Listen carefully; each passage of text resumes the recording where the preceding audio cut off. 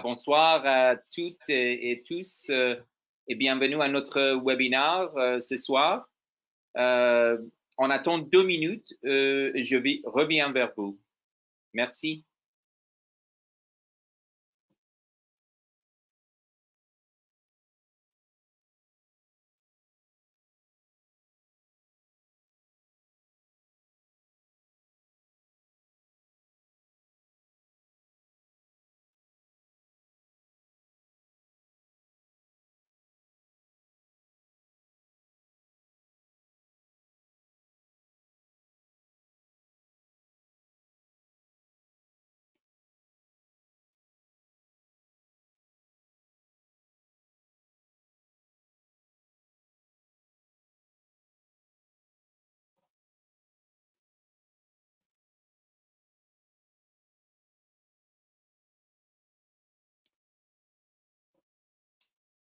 Bonsoir à tous et toutes, chers futurs parents et parents. C'est un honneur et plaisir d'être parmi vous ce soir. Bienvenue à notre webinaire. Je suis le Dr. Danishman de Centre de fertilité de San Diego. Et depuis maintenant plusieurs années, je viens régulièrement en France afin de rencontrer le parent et leur enfant, et ainsi que le futur parent au parcours bien souvent très compliqué. Ce soir, nous aimerions vous parler des étapes dans votre parcours et d'aborder vos préoccupations dans le contexte de cette pandémie.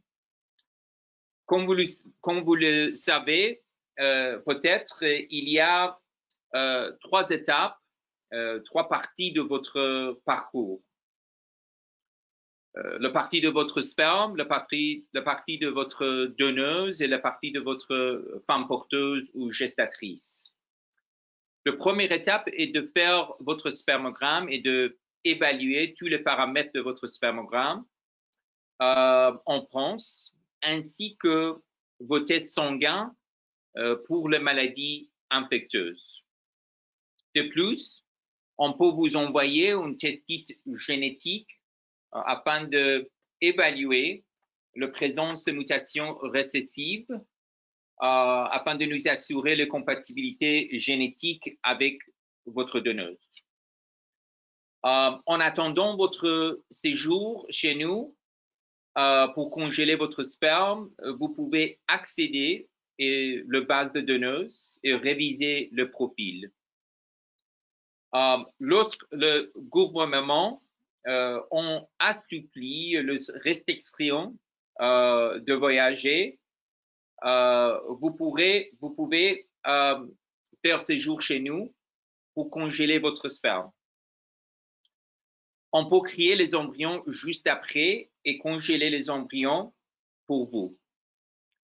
À Centre de fertilité de Las Vegas, de San Diego, nous avons rouvert la clinique et nous avons recommencé le traitement de FIV et la création des embryons.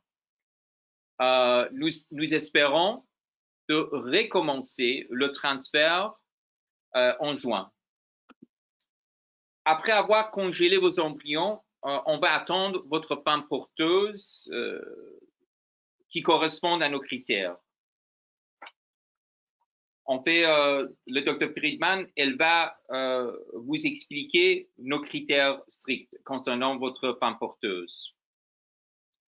Ce soir, nous aimerons parler de certaines de vos préoccupations principales concernant le COVID-19. Il est tout d'abord essentiel de vous dire que nous avons adapté dans notre clinique toutes les précautions et le screening afin de maximiser la santé et la sécurité de nos patients. De plus, il n'existe aucune preuve de transmission de ces virus ou les autres virus par le sperme, les ovocytes ou les embryons. Ça veut dire que le traitement de création des embryons. Pour répondre à vos questions et vos préoccupations concernant l'impact du coronavirus sur la grossesse, je voudrais partager avec vous les conclusions d'une étude récemment publiée dans le journal médical Le Lancet. En fait, le médecin a étudié les femmes enceintes qui souffrent de maladies COVID-19, en particulier le pneumonie, à la cause de COVID-19.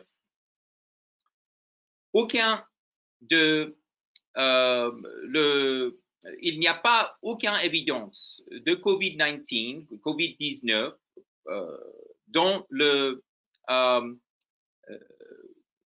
fluide amniotique, dans le cordon de sang ombilical ou dans le bocal nasal de nouveau-né. Donc, jusqu'au présent, nous n'avons pas aucune évidence pour la transmission de ces virus pendant la grossesse au placenta. Il y avait les autres études publiées dans l'université de Northwestern qui nous montrent que parmi les femmes enceintes, il n'y a pas une augmentation de risque pour le symptôme grave de coronavirus. Donc, jusqu'au présent, les études concernant le coronavirus pendant la grossesse sont très rassurantes. Mais il faut savoir qu'avec une maladie infectieuse, en particulier avec le fièvre, c'est possible que ces maladies augmentent le risque de fausse couche dans le premier trimestre et peut-être augmenter le risque de prématurité pendant le troisième trimestre. C'est le cas avec la majorité d'infections, en particulier associées avec le fièvre. Mais, basé sur les études récemment publiées, nous n'avons pas l'évidence pour un risque plus élevé parmi les femmes enceintes avec le COVID-19.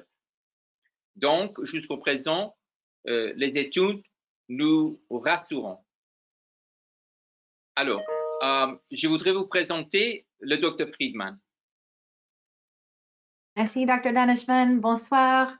Je suis Dr. Friedman. Je suis un des médecins qui travaille à San Diego Fertility Center. Je travaille avec Dr. Danishmand.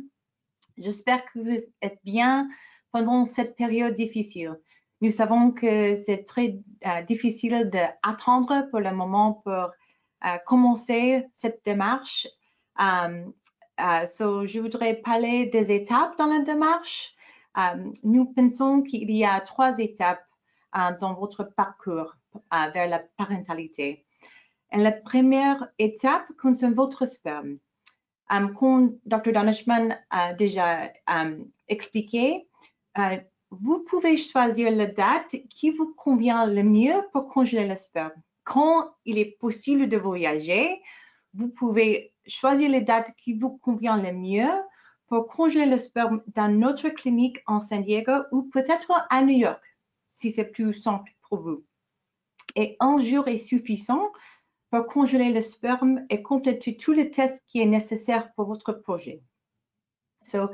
La deuxième étape concerne votre donneuse d'ovocytes. Et en San Diego Fertility Center, nous avons une base de données en ligne. Vous pouvez choisir une donneuse dans notre base ou vous pouvez travailler avec une agence extérieure pour choisir une donneuse d'ovocytes, comme vous voulez. Dans notre base de données, toutes nos donneuses ont été déjà évaluées sur tous les critères nécessaires. Par exemple, pour le critère de fertilité, on était déjà évalué avec une échographie, avec une prise de sang pour regarder la quantité d'ovocytes, une prise de sang pour évaluer pour la mutation récessive, une évaluation avec un psychologue, une évaluation avec un généticien pour parler avec l'antécédent familial. S'il y a deux sources de sperme, c'est important de choisir une donneuse d'ovocytes avec beaucoup d'ovocytes pour essayer d'avoir une quantité suffisante pour partager entre vous deux. Et nous pouvons vous aider à choisir une donneuse si vous avez des questions. Nous sommes tous là pour vous aider et nous serons à vos côtés au début jusqu'à la fin avec chaque étape. Sur la troisième étape concerne votre femme porteuse. Et nous travaillons avec toute l'agence américaine et canadienne aussi. Et c'est notre responsabilité de vous aider à choisir une femme porteuse qui a de bonne santé physique et mentale. Pendant le screening, c'est notre responsabilité de regarder tout le dossier médical pour être sûr que cette femme porteuse est un bon candidat pour vous. Et après ça, elle a besoin de venir à notre clinique pour un screening en personne, pour parler avec cette femme, pour expliquer toutes les étapes dans le processus, pour faire des tests de screening, par exemple une prise de sang pour élever pour la maladie infectieuse, une prise de drogue, etc. Une échographie spatiale pour regarder l'intérieur de l'utérus. Et si tout est bon avec le screening, vous pouvez signer vos contrats et commencer pour la prochaine étape pour le transfert. C'est les trois étapes dans la démarche, mais avec chaque étape, nous serons là pour vous aider, pour expliquer et n'hésitez pas à nous contacter si vous avez des questions.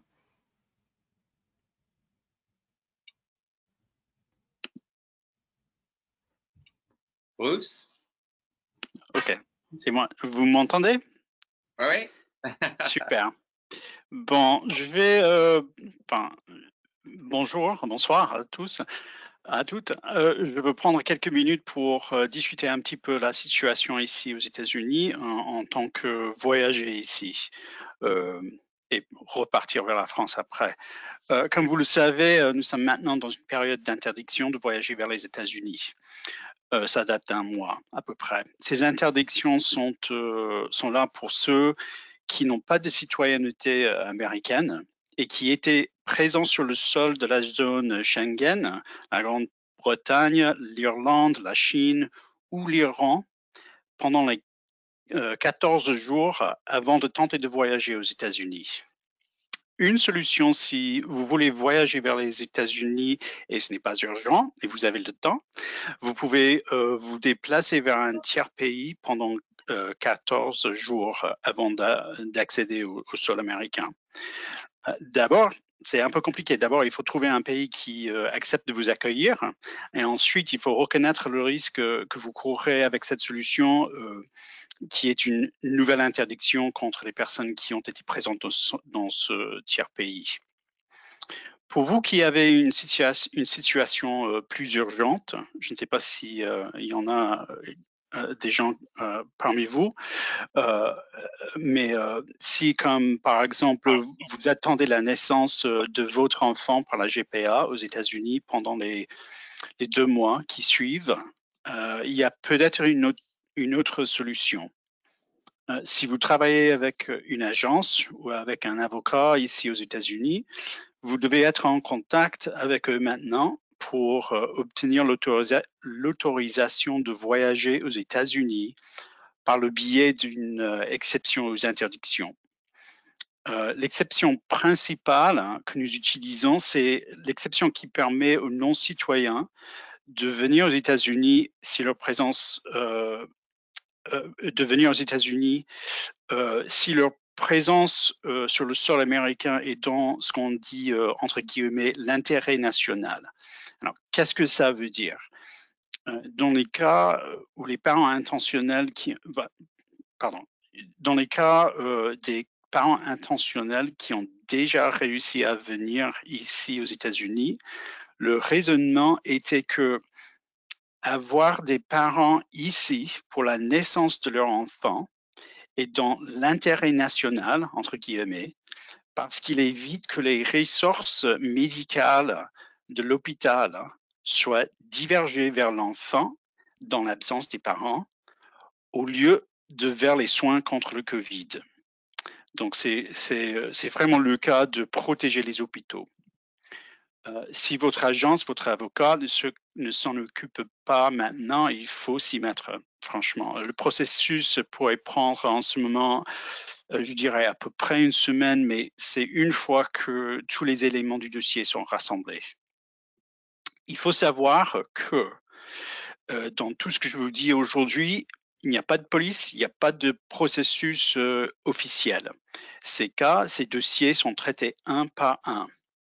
Donc, malheureusement, il n'y a pas de certitude dans tout ce que je vous dis en ce moment. Mais c'est ce qu'on a vu depuis quelques semaines, le processus qui marche.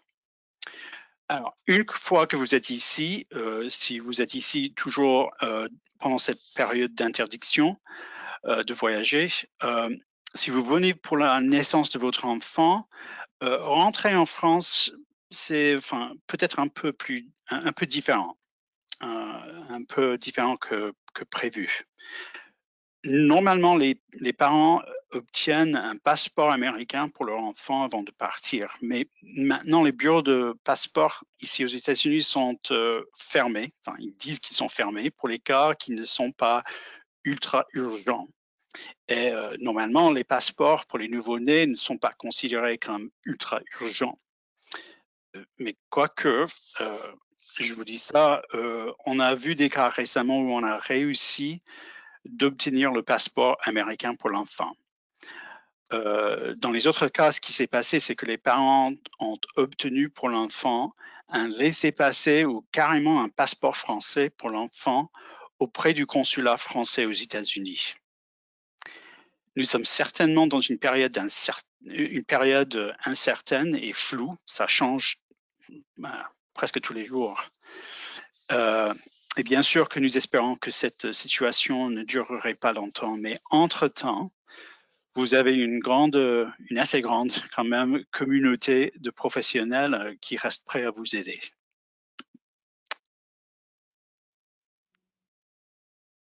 Merci Bruce. Et maintenant, Sarah de l'agence Sarco. Oui, merci docteur. Bonsoir à tous. Je remercie tout d'abord San Diego de son accueil dans ce webinaire aujourd'hui. Merci à tous de votre écoute. Je m'appelle Sarah Marino, je suis chargée du développement communautaire pour les parents français et francophones chez Circle Surrogacy. Pour ceux qui ne nous connaissent pas, nous sommes une agence de GPA et de don d'ovocytes international basée à Boston. On est partenaire de San Diego Fertility. Et nous sommes réellement axés sur un soutien et un service complet pour une optique d'accompagnement des parents et de leurs mères porteuses à chaque étape dans leur projet familial. Nous gérons aussi les évaluations et présentations des mères porteuses et des donneuses dans le processus. La situation globale actuelle, elle est mouvante, mais je souhaite éclaircir quand même l'impact de la crise sanitaire sur le processus de GPA et apporter une contribution, le point de vue de la gestion de crise par Circle, en tout cas pour tous les parents. Pour d'abord résumer le processus et donner un contexte, nous chez Circle, nous comptons une durée d'en moyenne de 17 à 20 mois pour un parcours de GPA du début jusqu'à la fin. Certains le savent déjà, mais les parents d'intention à l'inscription sont mis d'abord sur une liste d'attente pour une présentation de mère porteuse. L'attente, en fonction de la situation de chacun, rentre dans une fourchette chez Circle de 3 à 6 mois. Et pendant cette durée, nous encourageons généralement les futurs parents à avancer dans leur parcours en créant leurs embryons avec leur clinique et leur donneuse d'ovocytes si nécessaire. Après une présentation avec une mère porteuse, il y a une période d'à peu près 3 mois pendant laquelle la mère porteuse se prépare au transfert avec le soutien de nos équipes pour élaborer un contrat et faire les examens médicaux requis par le médecin. Et une fois ces éléments en place, la mère porteuse est prête pour commencer son traitement dirigé par le médecin et préparer le transfert d'embryon dans les locaux de la clinique. Puis, l'échographie qui détectera un battement de cœur confirmera un début de grossesse. Maintenant, dans la crise Covid-19, il va y avoir certains parents qui vont être plus affectés que d'autres en fonction d'où ils se situent dans cette chronologie d'un parcours. Donc, si vous vous apprêtez à commencer le parcours, le processus, actuellement, d'un point de vue de l'agence, nous sommes confiants que la crise sera passée en grande majorité au moment où on vous présentera à une mère porteuse. Et pour ce qui est de la création des embryons, la clinique prend des mesures pour résoudre tout obstacle au don de gamètes suite aux restrictions des voyages. Comme le docteur Daneshmand l'a dit, les cycles de FIV, la création des embryons chez SDFC recommenceront prochainement. Si tout va bien, peut-être même en juin, les transferts recommenceront. Donc, de notre côté, de notre point de vue, l'impact est assez mineur. Chez Circle aussi, nous ne voyons pas de changement non plus sur les attentes annoncées pour une présentation de mères porteuses. Mais si vous n'êtes pas avec Circle, je vous laisse reconfirmer cet élément avec votre agence. Les plus impactés, en fait, sont aujourd'hui les parents dont la mère porteuse va accoucher très prochainement et qui doivent trouver des solutions, notamment, Bruce en a parlé, dans l'organisation des déplacements. Je laisserai aussi Fabien discuter des différentes solutions juridiques apportées pour ce qui est du retour en France. Mais d'un point de vue humain, d'un point de vue psychologique, je dirais que la transparence, la solidarité, l'écoute sont plus que jamais importants. Et c'est ce qu'on remarque dans notre soutien actuel. Il y a beaucoup de cas par cas, mais en fait, à la source, il s'agit de mieux aider les parents à comprendre clairement les défis qui se présentent à eux pour après mieux trouver des solutions et prendre des décisions basées avant tout sur des faits. L'information fluide, transparente, les armes pour mieux organiser et appréhender les prochaines étapes avec les différents acteurs. On s'est rendu compte dans une approche, une optique de soutien, que le stress est élevé par deux choses en réalité. D'une part, le manque d'information et d'autre part, l'imprévisibilité d'une situation. On ne peut pas changer la crise, on ne peut pas changer la pandémie, mais on peut promouvoir une communication et des informations fluides. Et d'ailleurs, tous les parents qui écoutent aujourd'hui, je souhaite vous encourager à vous sentir libre de solliciter l'aide de votre agence pour rassembler toutes ces informations. Je donne comme exemple de parents que nous avons dû soutenir, des parents qui vont devoir faire face à des politiques d'accès restreint à l'hôpital. Donc nous, pour notre part, on contacte les hôpitaux pour en savoir plus sur leur politique actuelle par rapport à la présence de parents en salle d'accouchement ou à l'accueil des parents même au sein des locaux de l'hôpital. C'est vrai que certains rateront la naissance de leur enfant ou devront attendre à l'extérieur de l'hôpital. Émotionnellement, c'est un grand défi qui se présente. Et une chose que l'on encourage tous les parents à faire, c'est peut-être plus facile à dire qu'à faire, mais il faut pouvoir faire le tri entre ce qui est sous son contrôle et ce qui ne l'est pas. C'est pouvoir se concentrer sur ce que l'on peut influencer et lâcher prise sur les autres éléments. C'est dur de devoir voir un moment si important de sa vie redessiné par une crise de cette envergure. Encore une fois, nos meilleurs conseils, ce sont ceux de la communication, de la recherche d'un soutien par ses proches, par son agence, mais aussi recadrer les attentes. Nous, on encourage les parents chez Circle à, par exemple, réimaginer le jour de l'arrivée de leur enfant ou tout autre moment fort de leur parcours qui a pu être affecté.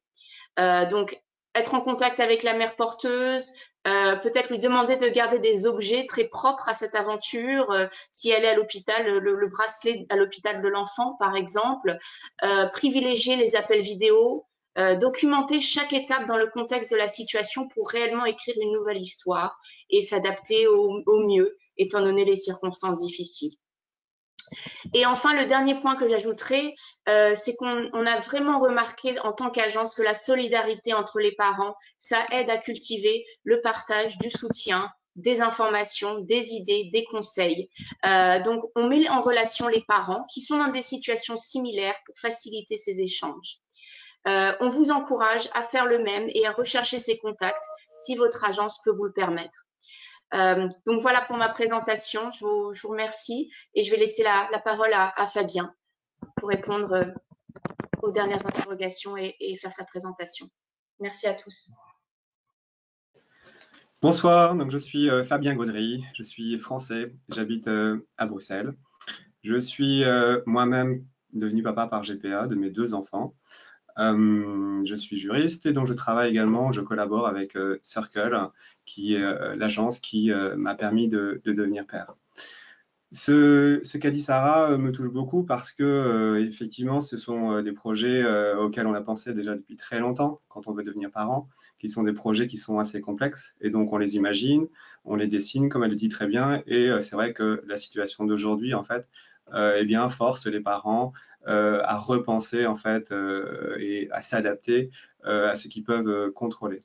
Alors, c'est une situation temporaire, elle impacte surtout, je dirais, les parents qui sont en cours de parcours, puisque elle évolue et on s'adapte au mieux. Alors, avec, je dirais, les incertitudes qu'ils peuvent avoir. Alors, Bruce a parlé des démarches que vous pouvez faire effectivement pour notamment demander une autorisation pour vous rendre aux États-Unis. Eh bien, si vous obtenez cette autorisation, vous aurez par la suite, effectivement, probablement à demander un laissez-passer pour revenir en France. Habituellement, avec une naissance aux États-Unis, vous obtenez facilement un acte de naissance qui vous permet d'avoir un passeport américain et qui donc vous permet de revenir directement en Europe. Mais avec les bureaux américains fermés, eh bien, parfois, il n'est pas possible d'obtenir ce passeport américain. Et donc, vous avez une solution alternative qui, je dirais, est déjà bien mise en place en réalité par les autorités françaises. Alors, vous devez vous adresser au consulat français et vous avez une compétence territoriale, soit de Los Angeles, soit de Washington. Et c'est assez simple, en fait. Vous allez sur le site du consulat français et vous verrez que la moitié, grosso modo, la moitié est des États-Unis est de la compétence de Washington et la partie ouest des États-Unis est de la compétence de Los Angeles. Alors, pour obtenir un laissez-passer, vous devez réunir un certain nombre de documents. Notamment, vous devez justifier votre lien de filiation avec l'enfant. Vous devez donner une photo d'identité que vous pourriez d'ailleurs prendre avec votre smartphone et l'envoyer au consulat. Une copie du passeport du père, un acte de naissance également du père, alors d'un des 2 papas, je dirais. L'acte de naissance de l'enfant qui indique le père et également la mère, un justificatif de domicile et donc un document qui montre que votre mère porteuse renonce à ses droits. Alors, c'est un point, je dirais, assez ambigu, puisque d'habitude, on recommande de ne jamais montrer un contrat de mère porteuse aux autorités françaises. Eh bien, c'est une exception aujourd'hui. C'est les autorités françaises, enfin, les autorités consulaires ont besoin de ce document en réalité pour montrer que vous avez bien l'autorité sur l'enfant et donc vous donner l'autorisation de rentrer en France. Alors, un laissez-passer, c'est une autorisation de voyage unique qui vous permet d'aller d'un point A vers un point B et donc de rentrer en famille avec votre enfant. Vous avez besoin de soutien pour faire toutes ces démarches. Et donc, Sarah l'a précisé, appuyez-vous sur votre agence, sur les avocats, sur les cliniques, bien entendu. Mais il y a également d'autres réseaux qui existent. Et notamment, ce sont les réseaux associatifs, évidemment, qu'il faut solliciter.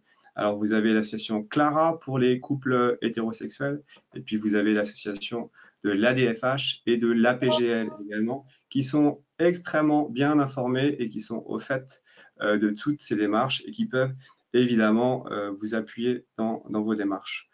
Une fois que vous êtes rentré en France, eh bien, c'est les démarches que vous devez faire classiques pour être reconnus tous les 2 comme les parents de votre enfant. Et là, ça va évidemment prendre un petit peu plus de temps que d'habitude, puisque l'administration française, comme le reste du monde, eh bien, tourne au ralenti et donc vous devrez peut-être attendre pour faire les démarches en France, mais ce sera un bon moment pour eh bien, vous construire en tant que famille. Voilà, je crois que j'ai terminé. Merci Fabien. Alors, nous avons beaucoup de questions. On commence avec le premier. Alors, si la femme porteuse est infectée avec le COVID, s'il y a le traitement, s'il y a le médicament pour la soigner en ce moment.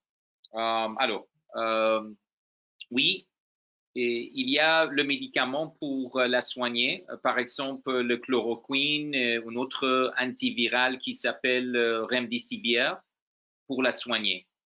Mais il faut savoir que dans la majorité de cas, il ne se passera rien et le femme enceinte n'ont pas plus de risque pour le symptôme grave.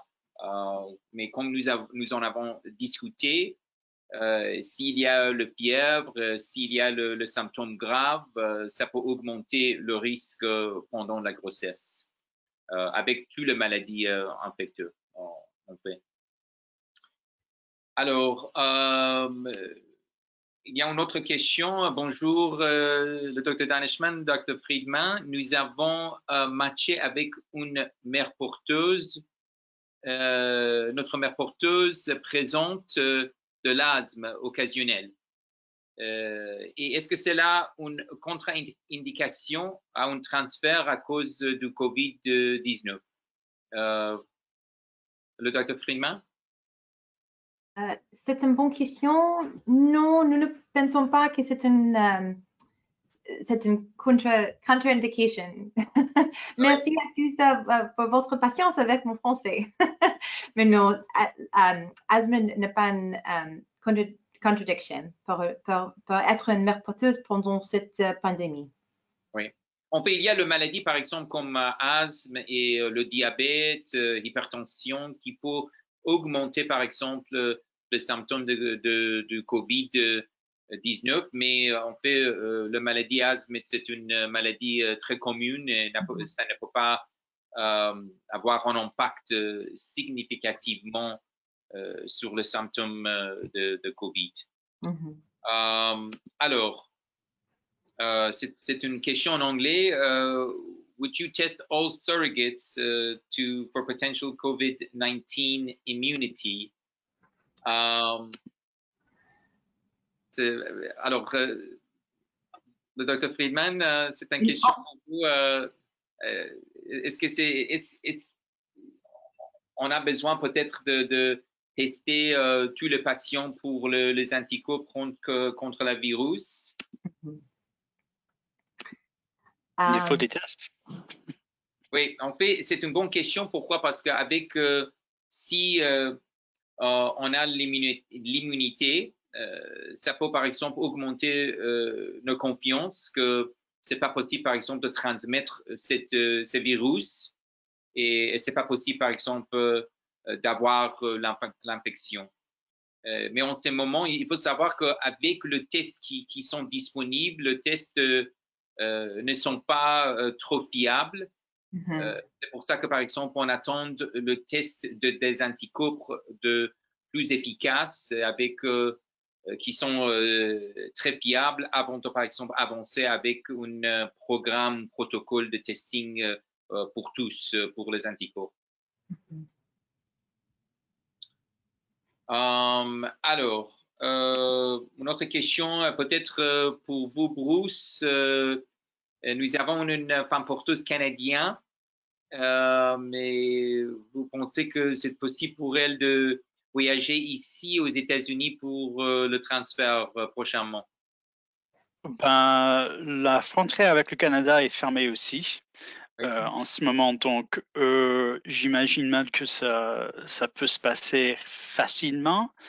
Peut-être s'il y a un cas particulier où elle peut conformer à une des exceptions, peut-être, mais je vois mal que ça se passe rapidement en ce moment. Et en fait, c'est une bonne idée, je pense, que de parler avec votre avocate canadien afin de, par exemple, savoir s'il y a les exceptions pour votre gestatrice, ma femme porteuse, de voyager ici pour le transfert. Ouais. il y a une autre question.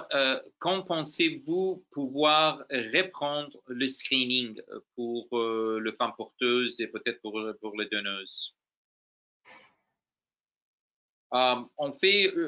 Nous avons recommencé le screening pour les femmes porteuses et pour les donneuses qui habitent proche de la clinique. Pour les autres, probablement, on va recommencer le screening peut-être en mai, très prochainement. En fait, comme vous le savez, la situation en Californie est stable et en fait, la situation aux États-Unis, dans la majorité des États aux États-Unis, est plus stable. C'est pour ça que, par exemple, on a ouvert le service de la clinique et on a recommencé le traitement de FIV et probablement on va recommencer le transfert en juin. Probablement le screening sera ouverte probablement en mai, peut-être en juin, si la situation reste stable aux États-Unis. Alors, bonjour, si nous sommes déjà parents français d'un enfant américain résidant en France, pouvons-nous nous déplacer aux États-Unis avec notre fils? Bruce, Fabien, c'est une question peut-être pour vous. Pardon, j'ai pas vu la question. Vous pouvez le répéter?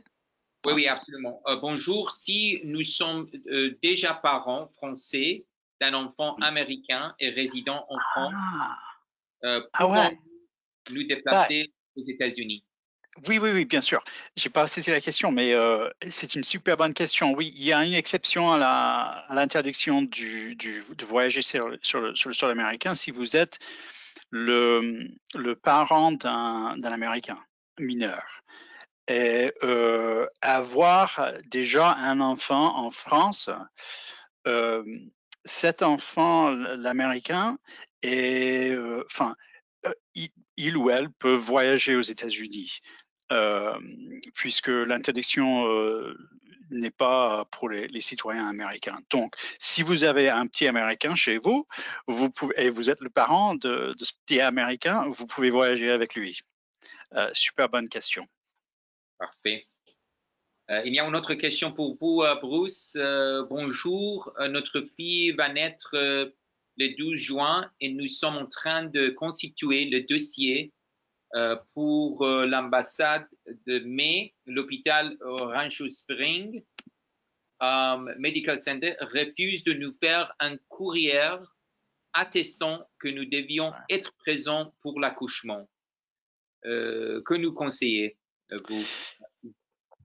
Ouais, c'est dommage parce que la lettre de l'hôpital moi je considère que ça c'est très important d'avoir. Alors, si vous pouvez pas avoir une lettre de l'hôpital, je vous conseille deux autres options. Si l'obstétricien de la femme porteuse, vous pouvez vous fournir une lettre, ça déjà c'est pas mal. L'autre solution potentielle, c'est d'avoir votre avocat dans l'État vous écrire une lettre qui dit résumons la situation dans l'État. Les hôpitaux sont débordés, ils sont au max, ils peuvent rassembler les infos nécessaires pour communiquer l'urgence de vous avoir là sur place. Absolument. Et nous sommes ici pour vous offrir le soutien et pour vous offrir, par exemple, le document nécessaire pour avancer votre projet et pour vous aider pour votre voyage ici, pour la naissance de votre bébé. C'est une question pour Sarah. Bonjour Sarah, la recherche de surrogates se poursuit en ce moment, même pendant cette période de confinement. Oui, tout à fait. Alors, pardon, j'allume ma caméra. Oui, donc tout à fait. Pour ce qui est de Circle, en tout cas, nous continuons tous nos services sans interruption. Nous sommes là pour le soutien de tous les parents, quelle que soit l'étape de leur parcours, de leur projet. Et nous n'avons pas l'expérience actuellement de délais rallongés à cause du Covid-19. Donc, pour l'instant, tout continue sans interruption. Merci, Sarah. Une autre question, est-ce que le surrogate canadien peut demander un laissez-passer pour voyager à San Diego, effectuer un transfert d'embryon? Je pense que c'est une bonne question pour votre avocat canadien. Je ne sais pas, par exemple, Fabien ou Bruce, si vous savez si c'est possible d'avoir un laissez-passer pour le transfert, par exemple, pour le femme porteuse. Moi, non, je suis pas spécialiste du droit canadien, donc je ne sais pas s'ils ont se laisser passer. OK. C'est une question pour le Dr. Friedman. Et est-ce que le futur pre-screening de femmes porteuses incluront un test relatif au COVID-19 pour déterminer si la femme porteuse, si elle a eu le COVID? Merci. C'est une bonne question. Dans ce moment-là, il n'y a pas beaucoup de testing pour tout le monde. Donc, nous espérons que bientôt, ça serait possible. Pour le moment, c'est pas une possibilité pour tout le monde. Mais nous espérons que bientôt, ça sera possible. Oui, absolument, parce qu'il n'y a pas le testing suffisant pour tous en ce moment aux États-Unis. Mais alors, on espère que dans l'avenir, il y aura le testing, en particulier, par exemple, le testing pour les anticorps disponible pour tous. Mais nous ne pensons pas que ça serait nécessaire d'avoir un anticorps pour être une mère porteuse. Oui. Parce qu'il n'y a pas beaucoup d'informations à propos de l'immunité de COVID. Exactement. Notre question, bonsoir. Première question pour une mère porteuse qui est déjà cleared, ça veut dire medical clearance par STFC, est en attente de transfert. Peut-on avoir une date de transfert et la prise préalable de médicaments peut-elle commencer? En fait, je pense que on va revenir pour toutes les femmes porteuses afin de planifier le transfert dès que nous avons recommencé le transfert en juin. Donc, je pense que, alors, j'espère que le transfert aura lieu à la fin, pour commencer de faire à la fin de juin. Ça veut dire qu'on peut commencer le médicament au début de juin et faire le transfert à la fin de juin. Mais n'hésitez pas à revenir vers nous, vers votre coordinatrice et votre infirmière afin de, par exemple, souligner le date spécifique exacte pour le transfert en juin.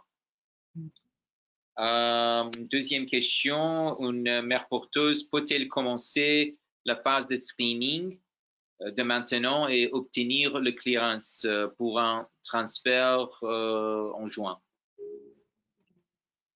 Oui, on peut commencer le screening. En fait, nous avons recommencé le screening, tout d'abord pour les femmes porteuses qui habitent en Californie, afin de, par exemple, éviter le voyage pendant cette pandémie. Et ensuite, on espère de recommencer le screening pour tous en mai. On peut commencer, par exemple, avec un entretien avec un rendez-vous virtuel par Skype, par vidéo, afin de, par exemple, faire le screening chez elle pour le test sanguin, par exemple, les tests d'urine, et ensuite on peut compléter le screening chez nous. J'espère en mai, peut-être en juin. Une autre question pour vous, Bruce. Faut-il aussi un laissez-passer pour revenir? C'est une question pour Canada, mais donc il faut revenir vers votre avocate canadienne afin de savoir si c'est possible de faire un laissez-passer pour revenir du Canada en France. C'est Fabien, Monsieur Gaudry, pouvez-vous redonner le nombre d'associations pour le GPA en France? Alors, juste peut-être pour revenir sur la précédente question, en fait, du Canada vers la France, en réalité, il faut contacter le consulat français au Canada, puisque la procédure va être la même. C'est une procédure que ont décidé les autorités françaises, donc partout dans le monde en réalité, que ce soit au Canada ou aux États-Unis. Vous contactez le consulat français au Canada et vous appliquez la même procédure de laissez-passer que celle qu'on applique aux États-Unis. Et du coup, la deuxième question. Deuxième question, c'est pouvez-vous redonner le nombre d'associations pour le GPA en France, par exemple ADFH et Oui. Alors, il y a Clara, qui est une association plus pour les couples hétérosexuels.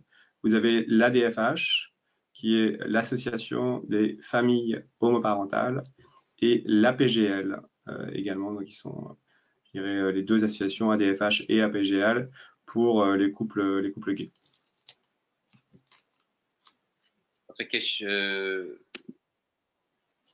La prochaine question est est-ce que la pandémie retarde le transfert d'embryons? En fait, nous avons suspendu le transfert à la fin de mars et aussi pour avril, mais les études qui sont publiées récemment sont plus rassurantes concernant le COVID-19 pendant la grossesse. C'est pour ça que la situation reste stable en Californie et aux États-Unis. C'est pour ça que on envisage le recommencement de transfert en juin. Si la situation ici reste stable.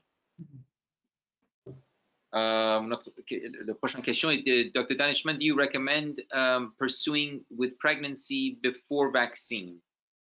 En fait, c'est très important, par exemple, d'attendre le vaccin, mais c'est pas nécessaire d'attendre le vaccin avant de, par exemple, avancer avec votre projet ou avant d'avancer avec la grossesse. Pourquoi? Parce que nous sommes rassurés avec les études publiées concernant le COVID-19 pendant la grossesse et absence d'une transmission verticale pendant la grossesse aussi au placenta. Notre mère porteuse est au stade de medical screening. Peut-elle facilement voyager à San Diego pour faire ce medical screening et ensuite le transfert? Oui, ça dépend si par exemple, votre mère porteuse habite proche de la clinique ou est en Californie, mais sinon, on peut commencer le screening localement et ensuite, par exemple, de faire venir ici pour le reste de screening. Donc, la première étape est, par exemple, de planifier un rendez-vous virtuel, un rendez-vous avec votre femme porteuse afin de mise en place, par exemple, le plan pour le screening localement et chez nous à San Diego.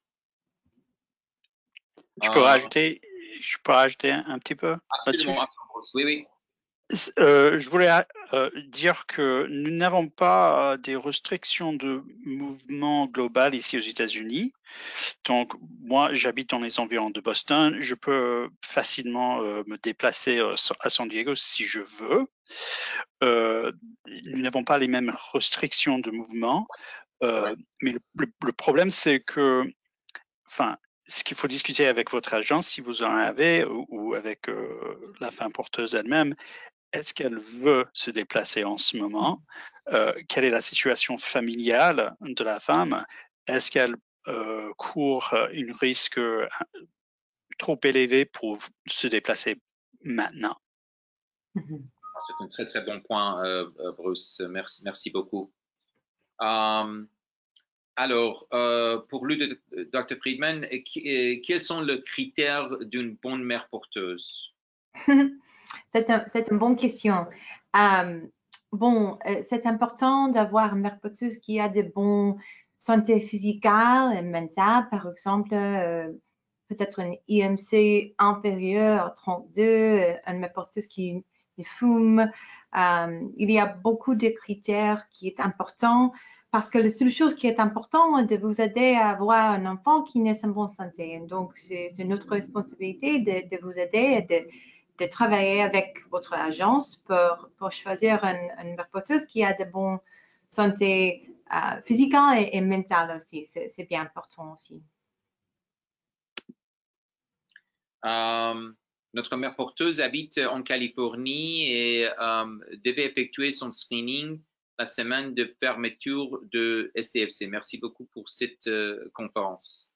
Merci. En fait, nous sommes ouvertes pour faire le screening pour votre femme porteuse. Alors, pour une naissance prévue le 9 octobre cette année, pourriez-vous préciser le risque lié au COVID-19? Je pense que nous avons parlé de risques. Par exemple, si une femme enceinte, si elle a le symptôme grave de COVID, par exemple, la pneumonie, le problème respiratoire, le fièvre, ça peut augmenter le risque d'une fausse couche dans le premier trimestre. Peut-être ça peut augmenter le risque de prématurité dans le troisième trimestre, mais c'est le même, par exemple, il y a un parallèle avec le grippe, par exemple. Il y a les autres parallèles avec les maladies infectieuses qui sont associées avec le fièvre et les autres symptômes graves. Donc, si vous étudiez le recherche nous montre que les femmes enceintes ne sont pas plus risquées pour avoir le symptôme grave de COVID. Et il y a aussi le traitement efficace pour soigner le femme enceinte. Alors, bonjour, nous imaginons qu'il n'y a pas de risque lié au COVID-19 pour la conservation des embryons congelés. Confirmez-vous? Oui, on peut confirmer qu'il n'y a aucun risque pour les embryons déjà congelés. En ce qui concerne, par exemple, le risque de COVID-19. Alors, en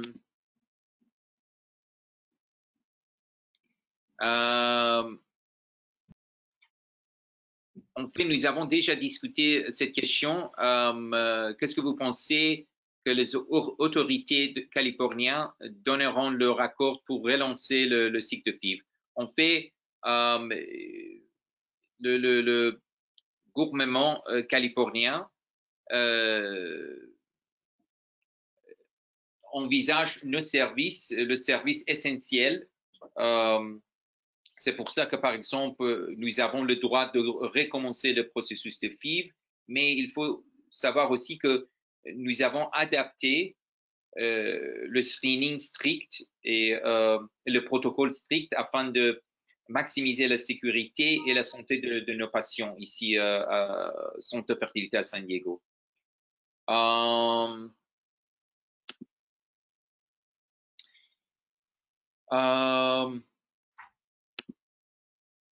Bonjour. Bonjour tout le monde. Nous venons d'être matchés avec notre gestatrice. Elle n'a pas encore fait le screening. Pour lui éviter de voyager, peut-elle faire le screening dans une autre clinique, Missouri par exemple, afin de faire avancer le processus? Alors, on peut commencer le screening par exemple proche de chez elle. Par exemple, le test sanguin, le test urine, et on peut compléter le screening chez nous. C'est très important, par exemple, pour nous de voir votre femme porteuse chez nous afin de nous assurer qu'elle est une candidate excellente, afin de nous assurer une grossesse de bonne santé et afin de minimiser les complications pendant la grossesse aussi. La chose qui est importante, c'est seulement le coût pour le screening dans chaque clinique est vraiment différent. Et par exemple, une clinique en Missouri, par exemple, peut avoir un coût pour le service extérieur qui est différent pour le patient propre dans la clinique. Et donc, c'est important de parler avec, et nous pouvons vous aider pour essayer de comprendre le coût pour un screening avec une clinique extérieure de San Diego Fertility Center parce que c'est très variable le coût entre les cliniques différentes. Oui, parfait, très bon point.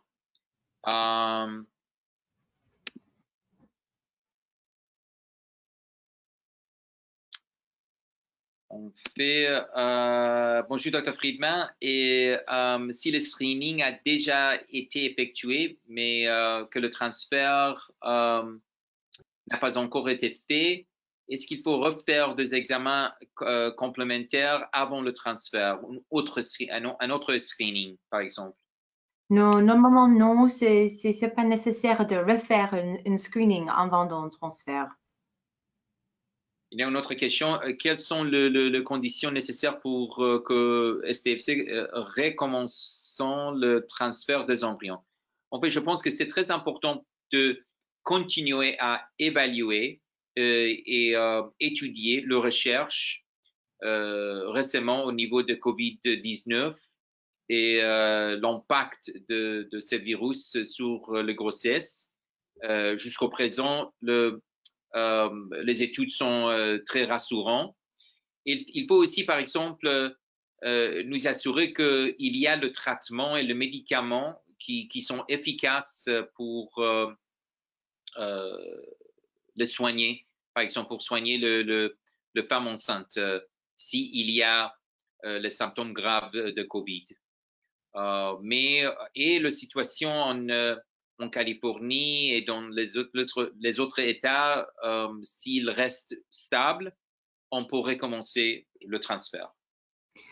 C'est important, je pense, c'est important de comprendre qu'il n'y a pas d'une profession, une organisation professionnelle qui a une recommandation contre une grossesse pendant cette pandémie. Oui. C'est vraiment différent, par exemple, avec le virus de Zika. C'est vraiment différent. Pendant cette pandémie, the American College of OBGYN et toute l'organisation professionnelle, il n'y a pas de recommandation contre une grossesse, contre d'essayer d'avoir une grossesse. Mais il y a des recommandations pour le social distancing et beaucoup de choses essayer de prévenir une transmission d'un virus, mais il n'y a pas de recommandation contre une grossesse maintenant. Merci. Alors, je voudrais remercier tous les participants dans notre webinaire. Je vous remercie pour nous écouter pendant ce webinaire. Donc, alors, nous sommes ici pour vous offrir le soutien pendant votre parcours, pendant votre démarche. Donc, continuez à communiquer avec nous. Nous sommes disponibles à vous. Et bon courage à tous pendant le confinement. Et n'hésitez pas à revenir vers le Dr Friedman, Bruce, Sarah, Fabien et nous si vous avez des questions. On espère d'avoir un autre webinaire dans 2 semaines. Donc, à très prochainement. Bonne soirée à tous et toutes.